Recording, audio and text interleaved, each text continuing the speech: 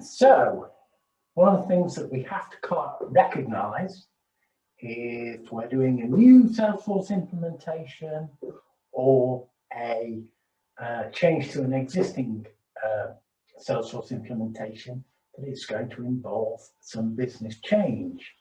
And the framework that I like to use to understand that change is John Kotter's 8 steps change. So what we're going to look at here is Kotter's 8 steps change and how they apply to Salesforce. So step 1 is establish a sense of urgency. By that, we mean there's got to be some compelling reason for why we're implementing Salesforce or making a change to Salesforce, and an equally compelling reason to do it now. So we need to establish that sense of urgency. The next step is to form a guiding coalition. That's a bunch of people who actually want to see this change happen, are actually motivated to see this change happen.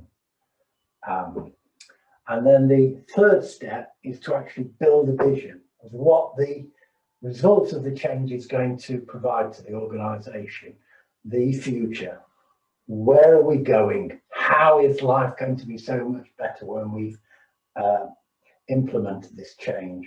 I may talk about this in a future video, but you could use the Salesforce V2MON framework to formulate that vision. The fourth step is to communicate that vision. So all affected stakeholders understand the vision. So we decide where we want to go.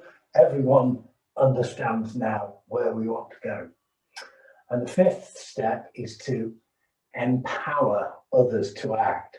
So that's at the point that we begin the implementation. So we build a team to do that implementation and make sure that there are the right people involved. So for example, we've got SMAs involved and getting their contribution and empowering them to make a contribution to the implementation of the vision.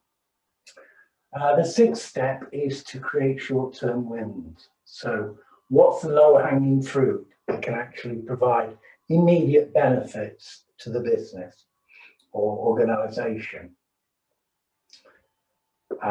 in order to create momentum. And then once we've started the ball rolling, once people have seen the benefits of the change that we're making, accelerate it. So at that point, we can actually start to look at such things as developments which take longer time, because we've started the ball rolling and we've got the commitment from the involved stakeholders to move on to the next step. And then the final step is embedding the change. So we've made the change and we want to make sure that everyone now accepts it. The whole organization is adopting the change. And the best way of understanding that is the old Salesforce maxim, which is, if it isn't in Salesforce, it doesn't exist. So that means that if you're running a sales meeting, for example, all the data has to be in Salesforce and up to date, and you run the meeting from Salesforce. So that's it. They're the 8 steps to change. And the key step really is here. So this is where we're starting the implementation. So when we get to the point where we're starting the implementation, we want to know that these other 4 steps have been implemented first. Okay, thank you.